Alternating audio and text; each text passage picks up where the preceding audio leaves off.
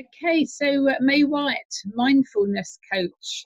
Lovely to have you on the programme. Thank you for sparing the time this afternoon. And can you tell us a bit about what mindfulness coaching is all about? Sounds intriguing. Okay, well, I suppose people have lots of different ideas about sort of what mindfulness is. They hear it bandied about quite a lot these days, and so the roots of mindfulness, it has its roots in Buddhism, and the particular form of, I'm also a Buddhist, so that's my background, and it has its roots in the philosophy of Buddhism, and that philosophy was sort of elements of the Buddhist philosophy was taken particularly by a man called John Kabat-Zinn, who was he's still alive. He's a psychologist in America, and he ran a clinic where he was treating people for pain and depression. So he developed a program where he was using the philosophy of mindfulness to help people manage chronic pain relief and stress and anxiety. And it's basically using the breath to really tap into the body and to notice what's actually going on in our body, and instead of trying to kind of shun it away, to try to just be with whatever's happening for us. So you notice your thoughts, you notice how you're feeling about something, you notice any discomfort, and whilst you're doing that, there's a technique of breathing that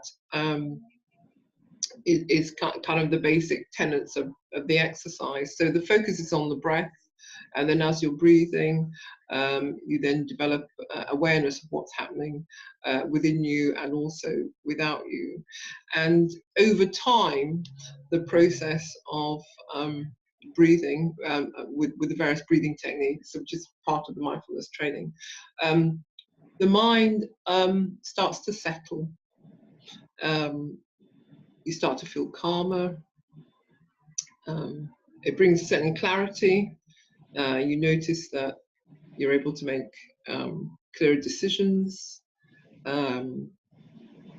Things sort of settle, so you're able to sort of see your way through situations. And it just sort of it's just something that carries through your whole day. When you start to practice daily, it's a bit like going to the gym. You start to build up this sort of mental muscle, so you can become more focused, you can concentrate. It brings sort of more creativity. You can think faster and differently about things. Your relationships are better because you're calmer and you're able to think about things in a different way. You're able to kind of give yourself that time before you sorry, the traffic's quite loud. Before you respond to situations.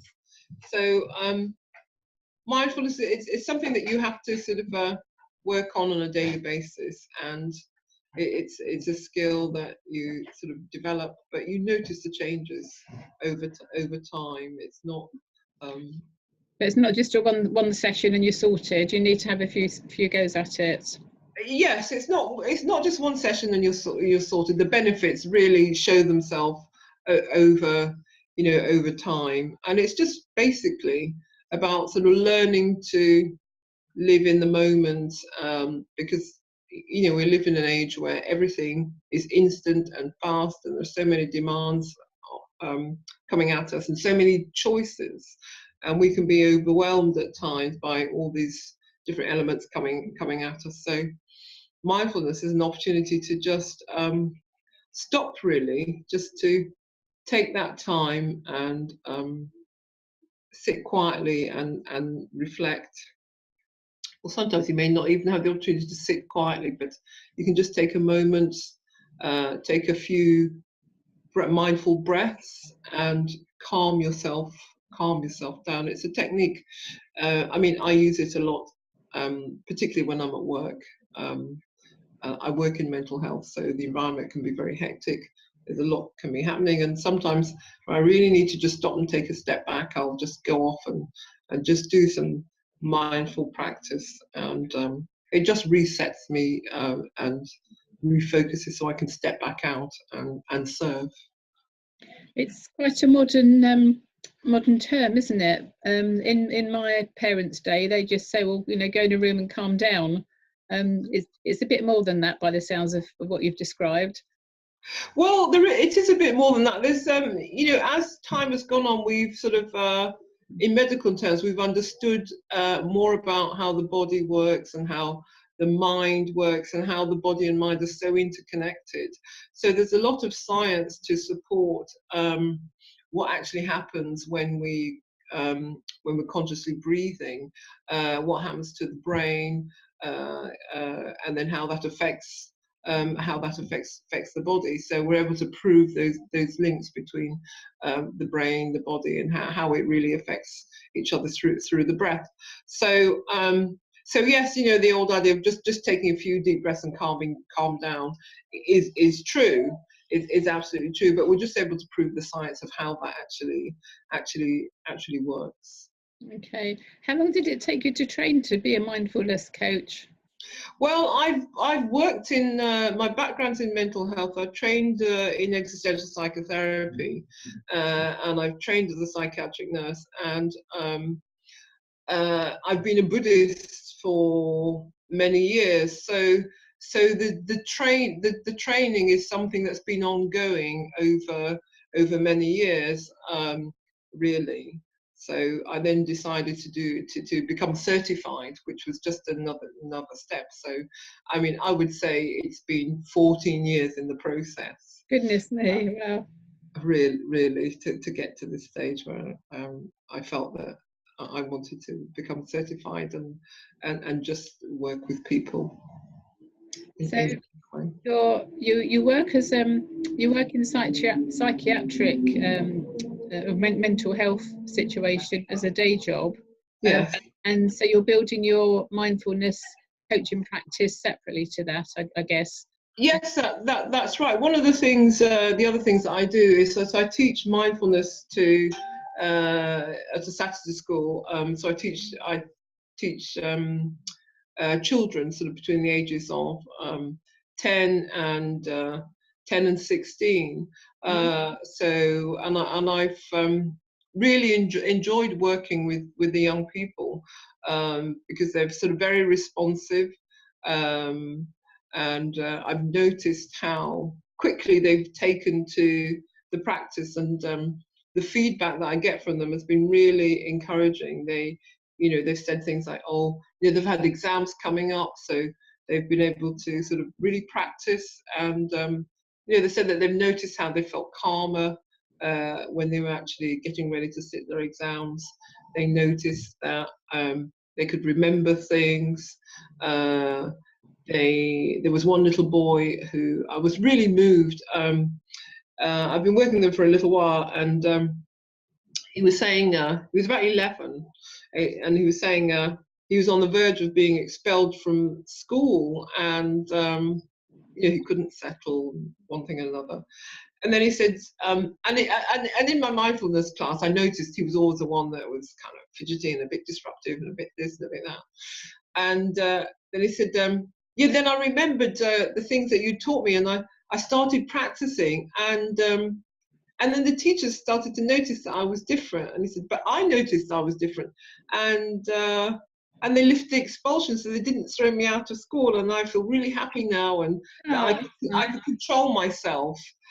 And I was just moved to tears when he said that. I was really moved to tears, and I noticed when I go in and teach, he's a very different little boy, and he's always the first to ask a question, and he really kind of enjoys the practice. But the children have said it's given them a skill that no one else has given them, and it's a life skill, and it's something that they can use, and they they have felt the benefits of it for themselves. Brilliant, brilliant, really good. So when do you do a Saturday school? Is that all year round? Is it? It's all year. It's Saturday school, but it's all year round. So I go into the Saturday school and I work with the children, and then I sort of often give them perhaps some worksheets to do, and then we talk about the practice, or I'll teach them a technique, and they have time to work on that and keep a journal, so we can have feedback of how how it's felt for them, anything they've noticed, anything they want to discuss, any issues that they want to bring up. So I work closely, obviously, with the teacher and with the parents. It's interesting, is some of the parents initially, because they didn't know very much about it, and some parents are very religious, so they were opposed to it on religious grounds initially. But I had to explain that because of my medical background, I purely teach it from a medical perspective. There are other mindfulness teachers who will teach very much from a Buddhist perspective, but I teach from a medical kind of perspective. But obviously, my Buddhism informs my practice on a sort of personal level, and there are elements of that I naturally bring to my teaching. And where do you do this? Where is the Saturday school? Oh, well, there's a Saturday school that I work with in Leicester, and there is another Saturday school that I'm going to be working with in Derby. Now, the Saturday school in Leicester is very special because it's unlike the other Saturday schools that I've worked in. Is that the children that come to this particular Saturday school, they're supported to gain. We work with them to get a place at any of the top public schools in the country, and they're awarded fully funded places. So from September, I'll be sort of following these children into as they go into their schools, and set up teaching mindfulness in the schools that they will be going to. So I'll be working in sort of public schools around the country from September. So that's an initiative that's come out of me teaching at this particular Saturday school, because the school have asked about mindfulness, because they've noticed, the children have spoken about it, and how it's sort of helping them. Some of the children have gone on and had placements in public schools. That's fabulous. And I gather you're going to be teaching it within a university complex in Zanzibar as well very soon. Yes, we were, that's quite an exciting project. Galina Hartshorn of Global Woman was approached by someone at the University of Zanzibar, and asked to host a conference to help 100 young women graduates in Zanzibar to help them think about starting their own businesses and ideas that would help them and benefit their community. The situation in Zanzibar is that there are very, very few jobs, and everyone, no matter their skill, wants to get a job in the government because it's secure, it's regular pay, and they know they'll have a job for life. But however, there are very, very few jobs. So often, when the women graduate, they have to return to their communities. They're unemployed. They're seen as a burden on the communities, a burden on their families. They end up perhaps in marriages, and so their education is being wasted, really. So the conference is to help the women think about how they can do things differently. Galina Hartshorn will be teaching thinking into results, positive thinking, and I'm going to be sharing with the women aspects of mindfulness that also, which complements the thinking into results, to help them look at resources that are already available, look at how they can harness technology to build businesses that can support themselves and support their communities. So that's quite an exciting project that's kind of we're trying to put together. Excellent, and that's October, I think, isn't it? Yeah, that's in October. That's towards the end of October that project is. Brilliant. It sounds as though you'll be working on this all full time very soon. Well, I hope so. That is the plan. It's so rewarding, particularly when I set out. I hadn't envisioned working with young people, but I really feel passionate about helping young people develop and giving something that I know that will serve them. And already I've seen the difference it's made to their lives. And the Saturday School in Leicester is very, very close to my heart, because we take sort of bright children who have difficult family backgrounds, and by giving them a tool that they can use, it sort of helps them in their, not only in their sort of educational life, but in their personal lives. And so I also want to start a program to work with the parents, because the parents are now showing an interest, because they're commenting that they're seeing differences in their children. Brilliant. So I'm really excited about that. So I'm keen to work to support the parents, really, to support the children. So it's a particular project that's very, very close to my heart. Wonderful. Lots of change coming up then for lots of people, not just yourselves. Yes, that's right, and that's the beauty of mindfulness. You practice for yourself, but it's not only for yourself, because the benefits that it brings to you also benefits the wider community. Your friends, your family, and other people who cross your path. So how do people get in touch with you, May? You can find me on Facebook at The Art of Mindfulness on Facebook. So that's how people can get in touch. That's a page, is it? Yes, that's my Facebook page, The Art of Mindfulness. Also, I have an Instagram account, The Art of Mindfulness Limited. So people can message me through that as well. Brilliant, that's lovely. And send me an email at The Art of Mindfulness Limited at gmail.com. Okay, so The Art of Mindfulness Limited at gmail.com, or go to your Facebook page, yes, The Art of Mindfulness. Yes, and they can message me on Instagram at The Art of Mindfulness as well, Limited as well. Brilliant. I haven't managed what do you call it, Instagram yet. There's so many other things to do. Through Facebook and LinkedIn. Yes, that's right, to try and keep up with everything. Yes. But yes. Yeah. Okay, well, it's been lovely hearing you talk all about what you're doing, and I'm starting to know a bit more now about mindfulness. I hadn't realised there was so much the concentration on the breath, so I've been misinformed what mindfulness is, so thank you very much for that clarification. Oh, I think there are so many different sort of variations on a theme, but the anchor of mindfulness is the breath. On a physiological level, just breathing deeply helps to calm down the amygdala, which is that ancient kind of part of our brain. When we're stressed and anxious, it sends out signals which disrupt our rational part of the brain, the signals from the hippocampus that helps us think logically.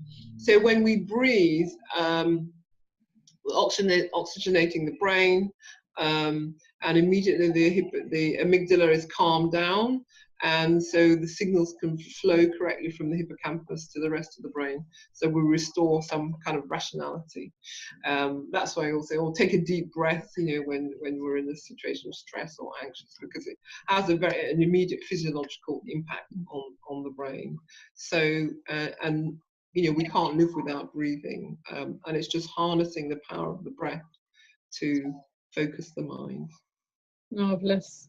Okay, well, thank you very much, May, and I shall poodle along to your Facebook group, The Art of Mindfulness, and say hello on there too.